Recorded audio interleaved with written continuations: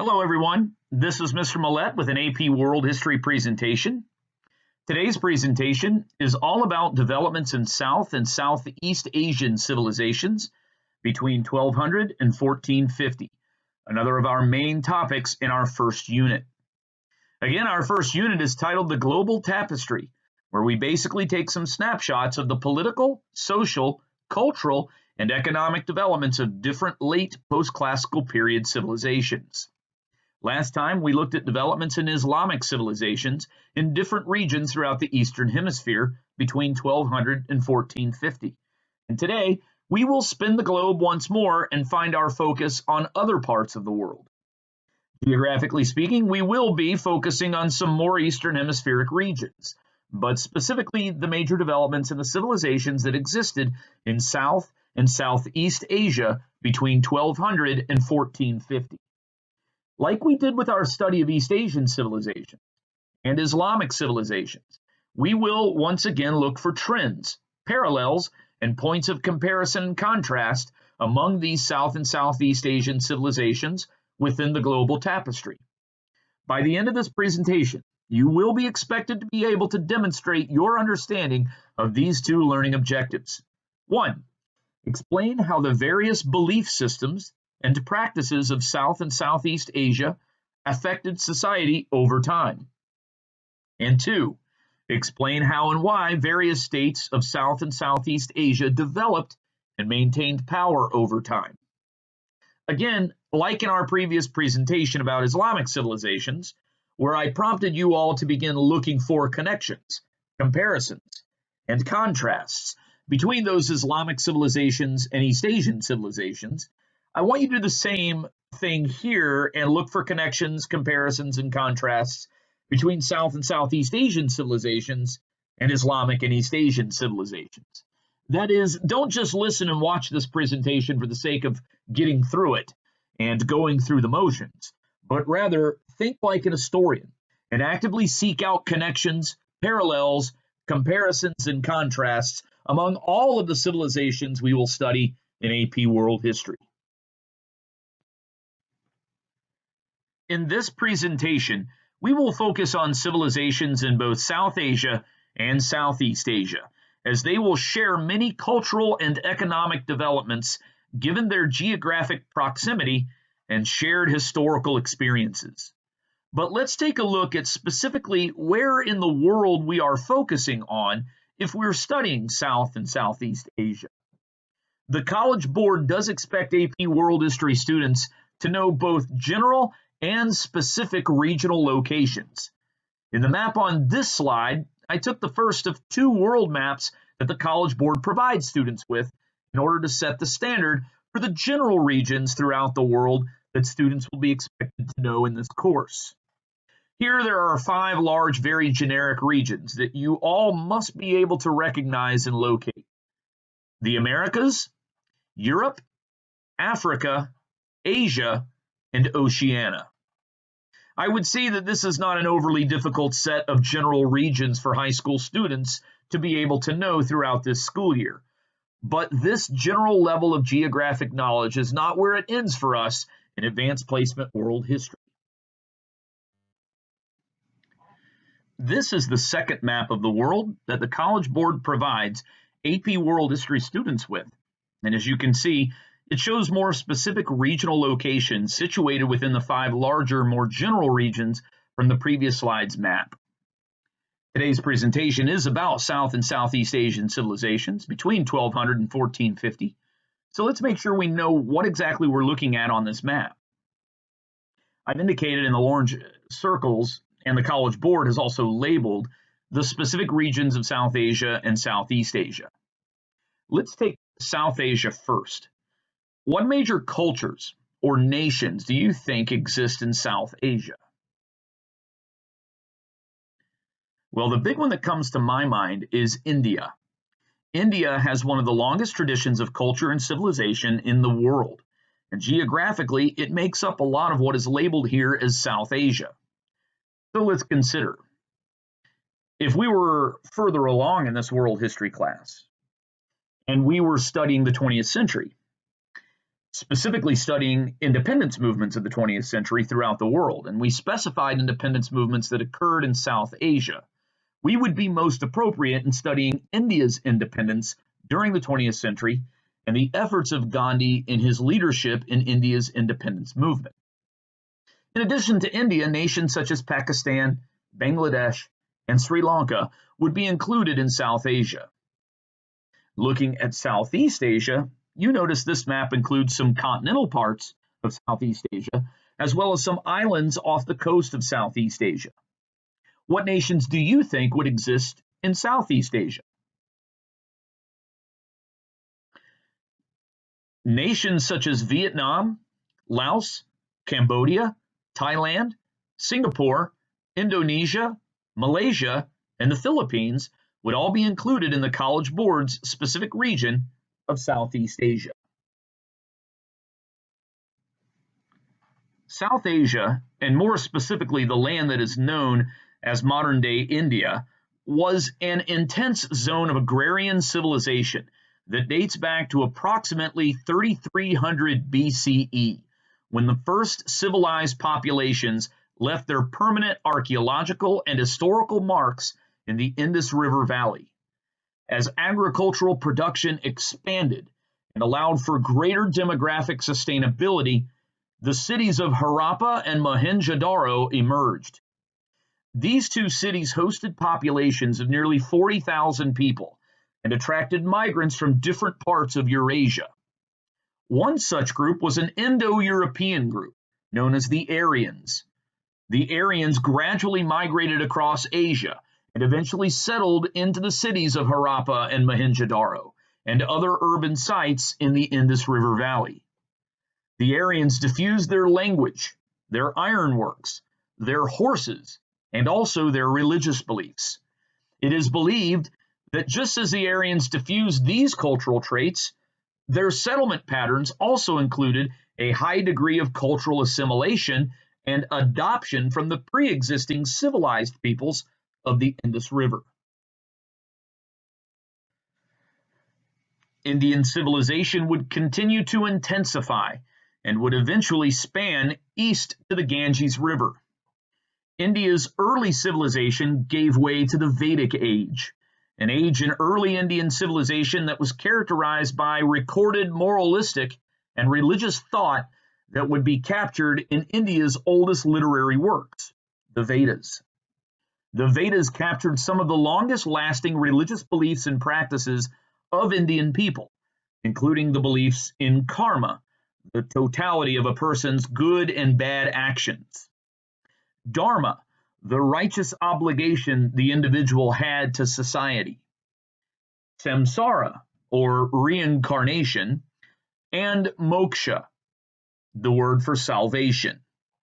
These Vedic traditions, as explained in the Vedas and personified by the characters in many of the Vedic epic poems, became some of the cornerstone beliefs of the religion of Hinduism. Hinduism became a favored religion of salvation in the earliest Indian states and empires.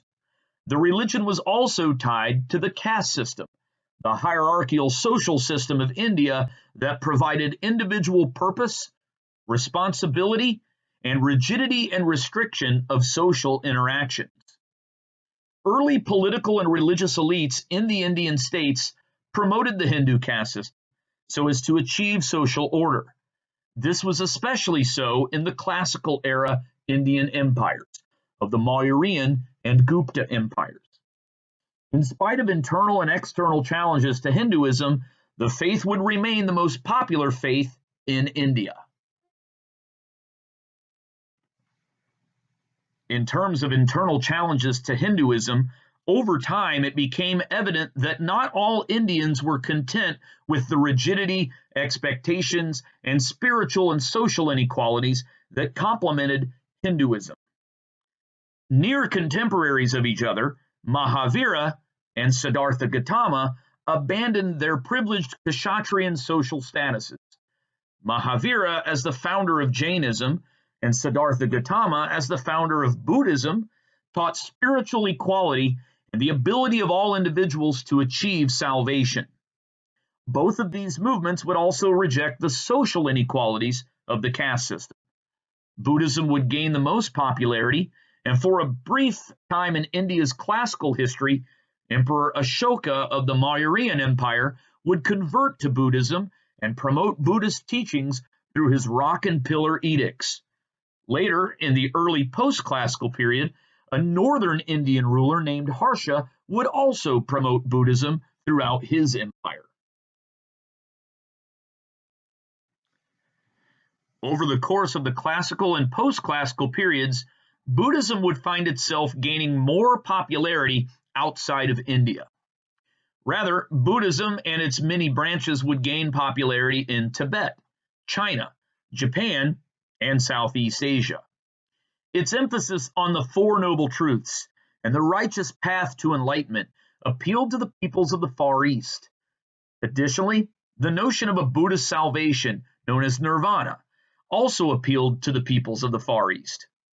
In Southeast Asia, Theravada Buddhism would become the most popular branch of Buddhism, and in effect, Buddhist monasticism gained popularity in the current-day states of Cambodia, Thailand, Laos, and Vietnam. India was not just a location that was a creator and diffuser of religious traditions, but it was also a recipient of foreign culture and religion. Indian civilization had a history of foreign conquest and influence. Going back to the early part of the classical period in world history, Persian king Cyrus the Great conquered the Indus River. Later in the classical period, Alexander the Great brought the Indus River under Macedonian control. After the fall of India's strongest and most durable classical empires, the Mauryan and Gupta empires, India became vulnerable once again to foreign invasion and cultural influence. With the rise of the Umayyad Caliphate in the 7th century CE, early Arab Muslim conquests of the northwest portion of India succeeded in introducing Islam and Arab culture into the region. Arab Muslim merchants who followed the monsoon wind patterns and took up part-time residency in the Gujarat region as diasporic merchants helped to diffuse Islam into India. Centuries later, Turkish Muslim peoples from Central Asia conquered northern India and established a prominent and prosperous Islamic state known as the Delhi Sultanate. Muslim soldiers, migrants, merchants, and missionaries gravitated to India in droves. Some Hindus abandoned their faith in favor of the spiritual equality offered to all Muslims. Some Hindu Brahmin priests entertained the teachings of the Sufi mystics and blended Hindu traditions with Islamic devotional practices, which became known as the Bhakti Movement. In spite of Islam's success in India, it did not replace Hinduism as the dominant religion. However, it was through India and the Indian Ocean complex that enabled Islam to continue to diffuse to Southeast Asia throughout the post-classical period. When looking at a map of the world and one focuses on the region of South Asia, one will see the contemporary nation states of Pakistan, India, Bangladesh, Nepal, and Bhutan. When one focuses on the region of Southeast Asia, one will see the contemporary nation states of Myanmar, Thailand, Cambodia, Vietnam, Laos, Malaysia, Indonesia, and Singapore. During the post-classical period, these two regions had very divided political landscapes. That is to say that not one single empire controlled either region or even most of one of the regions at any point during the post-classical period. These regions were politically organized very differently from the more centralized and unified empires of the Chinese dynasties, the Arab Muslim caliphates, and the Byzantine Empire. Rather, the political landscapes of South and Southeast Asia were more comparable to the decentralized and divided political landscape of Western Europe during the post-classical period. In South Asia, southern India was a divided political landscape. To the north, at least during the late post-classical period, the Islamic Turkish Sultanate of Delhi reigned supreme. However, its southern reach was minimal due to the existence of small but strong and prosperous states in the southern portion of India. While Islam had come to dominate northern India in the Sultanate of Delhi, the southern Indian states remained steadfastly Hindu and retained their Hindu religious identity. Additionally, those southern Indian states maintained their political sovereignty and territoriality by raising strong armies and navies to protect their economic interests. One example of a southern Indian state during the post-classical period was the Chola dynasty. The Chola dynasty was established in 850 CE and lasted until 1267 CE. As a powerful Hindu state that controlled the Coromandel coast and the Bay of Bengal, the Chola dynasty was a major participant in the Indian Ocean complex, which helped develop southern India into a location of great commercial emporia. The Chola dynasty strengthened and militarily expanded into Sri Lanka, or Ceylon, the island to the southeast of India, during the reign of one of its most prominent emperors, Rajaraja I. It also expanded into the Maldives, a large island chain south of India in the Indian Ocean. Eventually, the Chola dynasty expanded into Southeast Asia, specifically into Malaysia and Indonesia during the decline of the Srivijaya Empire.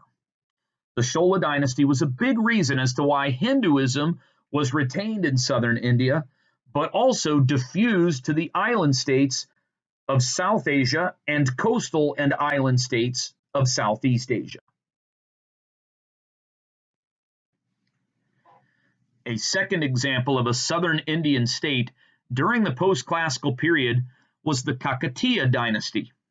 The Kakatiya Dynasty was established in 900 CE and lasted until 1323 CE. As a powerful Hindu state centralized at the city of Warangal in southern India, the Kakatiya dynasty remained independent until it was conquered by the Delhi Sultanate from northern India. Ganipati Deva was a significant Kakatiya ruler who was known for encouraging his Hindu merchants to trade by eliminating taxes, with the exception of a single fixed duty on 1/30th of a merchant's fleet's cargo. As another powerful and prosperous kingdom on the Coromandel coast, Kakatiya was also responsible for southern India being a place of great commercial emporia during the post-classical period.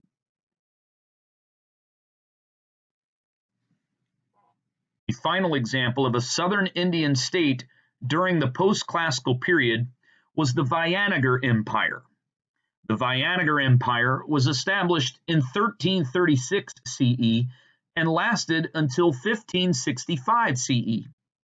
The empire was founded by two brothers, Hakka and Bukka, who were Islamic converts, though originally Hindu, that were deployed from the Sultanate of Delhi from the northern part of India into southern India to expand the Sultanate's legal and economic reach. However, Hakka and Bukka defected from the Sultanate and Islam and built a Hindu state at the inland city of Vijayanagar, meaning the city of victory. The Vijayanagar Empire controlled most of the Malabar coast and the Coromandel coast, and governed the great port cities of Calicut and Quilon, which enabled Hindus to retain their lucrative commercial presence in the Indian Ocean complex until the 16th century. In Southeast Asia, especially the small states and city-states that formed in modern-day Indonesia, Malaysia, Cambodia, and Vietnam, was a divided political landscape similar to the divided political landscape of South Asia. These Southeast Asian states were geographically positioned between two great influential civilizations, India and China. While India existed with a divided political landscape, China functioned with a highly centralized and imperialistic state under the control of its post-classical dynasties. This meant that Smaller states of Southeast Asia had the potential to be influenced by such prominent nearby civilizations. As China Sinicized much of East Asia, it would be left to India to Indianize much of Southeast Asia during the post-classical period. In spite of the fact that India had no single dominant, unified, and imperialistic state, Indian culture, social customs, goods, and economic practices diffused to Southeast Asia immensely. With little exception, these Indian influences on Southeast Asian states were made through the commercial interactions of diasporic merchant communities from India, the settled civilizations of Southeast Asia. Though smaller in size, these Southeast Asian states developed as strong and prosperous states that retained their political sovereignty while existing on the periphery of two significantly larger and domineering civilizations, China and India. One of the earliest Southeast Asian states to develop was the Funan Kingdom. The Funan Kingdom predated the post-classical period as it emerged in modern-day Cambodia, Vietnam, and Malaysia around 50 CE and lasted approximately 500 years until the middle of the 6th century CE. The Funan Kingdom was an Indianized state in Southeast Asia, as it was a recipient of commercial activity connected to the Indian Ocean complex. It was a midpoint for merchants from China and India and gained a lot of wealth in controlling trade at the narrow Isthmus of Kra in the northern portion of the Malay Peninsula. In essence, goods could be received from India and China and peddled the other direction through the southern portion of Funan, so that Funan merchants did not have to travel farther south around the Malay Peninsula and risk piracy or foreign tribute. The Funan Kingdom also adopted Hinduism and other Indian political and social traditions like the caste system to help maintain order in the region. A second example of an Indianized state in Southeast Asia was the Srivijaya Empire. The Srivijaya Empire was established in 670 CE and lasted until it was taken over by southern India's expansive Chola dynasty. It was a prominent and prosperous state located in the southern portion of the Malay Peninsula and the island of Sumatra. Srivijaya rulers controlled the Strait of Malacca, which exists north between Sumatra and the Malay Peninsula, and the Sunda Strait, which is to the south between the islands of Sumatra and Java. This control enabled Srivijaya to tax ships going between India and China, and as a result, the empire accumulated immense wealth. The Chola dynasty of southern India eventually conquered Srivijaya. Prior to the Chola dynasty's conquest, Srivijaya was a Buddhist state, as it had been a product of early Indianization. A third example of an Indianized state in Southeast Asia was the Angor Kingdom, otherwise known as the Khmer Kingdom or the Khmer Empire. The Angkor Kingdom was established in the current state of Cambodia and existed between 802 CE and 1463 CE. Initially, as an Indianized state, it was most influenced by Hindus who settled in the region. The native Khmer people of Cambodia adopted Hinduism initially and built several temples to honor Hindu deities. The most recognizable temples are Angkor Thom, dedicated to Shiva, and Angkor Wat, dedicated to Vishnu. Eventually, the Khmer people of Angkor gradually gravitated to Buddhism and converted these temples to Buddhism, but retained a lot of the Hindu architecture. On this slide, you see Angkor Wat in modern-day Cambodia.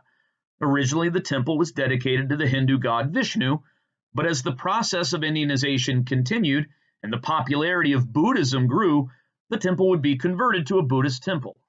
In this photo, you see two Theravada Buddhist monks in the foreground. On this slide, you see Angkor Thom. In modern-day Cambodia, originally the temple was dedicated to the Hindu god Shiva. However, like Angkor Wat, this temple would be converted to a Buddhist temple. A fourth example of an Indianized state in Southeast Asia was the Sultanate of Malacca. The Sultanate of Malacca was merely a city-state in the current state of Malaysia, and it encompassed most of the contemporary city of Malacca. The Sultanate of Malacca was established in 1400 CE and lasted until 1511 CE. The Sultanate of Malacca was founded by Parameswara, a king from Singapore who traveled south into Malacca and conquered a southern point in the Malaysian peninsula. His son and successor converted to Sunni Islam, but in the region both Hinduism and Buddhism were retained. The Sultans of Malacca allowed Sufi missionaries to preach the Quran to the subjects of Malacca. The Sultanate of Malacca also helped to peddle goods between China and India as the Sultan's navy stopped piracy in the Strait of Malacca. Additionally, the Sultans retained sovereignty over the region until the Portuguese seized the city of Malacca in 1511. As stated earlier in this presentation, I want students to begin actively looking for parallels, comparisons, and contrasts among some of the civilizations that we will study in Unit 1, the Global Tapestry. Today's presentation was all about South and Southeast Asian civilizations. The previous presentations were about East Asian civilization and Islamic civilizations. Consider, what are some of the parallels between South and Southeast Asian civilizations and East Asian civilizations and Islamic civilizations? Do you see any overlaps in their cultural and religious developments? How about the role that religion or cultural beliefs played in organizing society? What about the notion that cultural aspects from each of these geographic and cultural regions tended to spread and diffuse to other parts of the world? Do you see some parallels among Sinicization that happened with civilizations near China and Indianization that happened with civilizations near India? Are there some comparisons to the diffusion of religious beliefs, such as Islam and Hinduism, or Islam and Buddhism? Again, history students read and hear the words of this presentation, but historians consider these sorts of questions while they're learning about new cultures and civilizations by employing historical thinking skills.